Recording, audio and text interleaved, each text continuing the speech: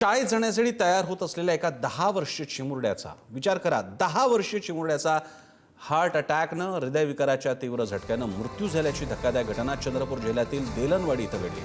ब्रह्मपुरी येथील लोकमान्य टिळक प्राथमिक विद्यालयातील चौथीमध्ये हा मुलगा शिकत होता।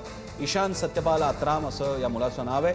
ईशान सकाळी नेहमीप्रमाणे शाळेत जाण्यासाठी उठला। अंघोळ आटोपून तो शाळेचा गणवेश परिधान करून तयारी करत असताना सकाळी 7 वाजण्याच्या सुमारास त्याला अचानक हृदयविकाराचा तीव्र झटका आला। तो जागीच कोसळला। पोटच्या गोळ्याची ही अवस्था पाहून आईवडिलांनी त्याला तातडीने रुग्णालयात दाखल केलं, मात्र उपचार सुरू असतानाच त्याची प्राणज्योत मालवली। डॉक्टर अक्षय बाफना आपल्यासोबत आहेत, कार्डिओलॉजिस्ट आहेत ते। डॉक्टर अक्षय, आपण आतापर्यंत 20-25तल्या तरुणांमधला हार्ट अटॅक पाहिला होता। अनेकदा हेही लक्षात आलं की तो फिटनेस असला तरी सुद्धा हिस्ट्री असू शकते, कोलेस्ट्रॉल असू शकतो वगैरे सगळ्या गोष्टी पाहिल्या होत्या। पण आता 10 वर्षाच्या मुलाला आलेला आहे हार्ट अटॅक, काय सांगाल? 10 वर्षाच्या मुलांमध्ये अटॅक नाही येणं हा एक चुकीचं ठरतोय। रिसेंटली आमच्या एरियामध्ये पण एक लहान 7 वर्षाच्या मुलगाचं असंच जीव गमावला होता। तर बेसिकली ह्या मुलांमध्ये एक आजार असतो, ते काही आजार म्हणजे अचानक कार्डियक किंवा हार्ट अरेस्ट होऊ शकतो।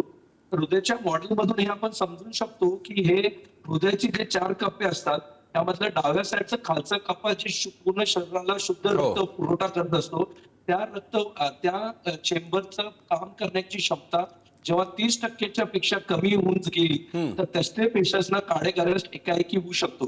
तर ह्या लहान मुलांमध्ये जेनेटिक आजार हा एक कॉमन असतोच, तसले पेशंट्स मध्ये एकाएकी जीव गमावण्याची शक्यता जास्त असते। दुसरा एक कॉमन आजार आहे जे कोविडच्या नंतर आम्ही खूप कॉमनली बघायला लागलोय की प्रेझेंटेशन जे हृदयाला रक्त पुरवठा करणारी रक्तवाहिनी आहेत, ज्या हृदयाला रक्त पुरवठा करणारी रक्तवाहिनी आहेत त्या त्याच्यामध्ये फुगी किंवा त्याच्यामध्ये ब्लॉकेजेस वाढायला लागले। हे कावासाकी डिसीज एक आजार असतो जे 2 ते 8 वर्षाच्या मध्ये कॉमन असतो।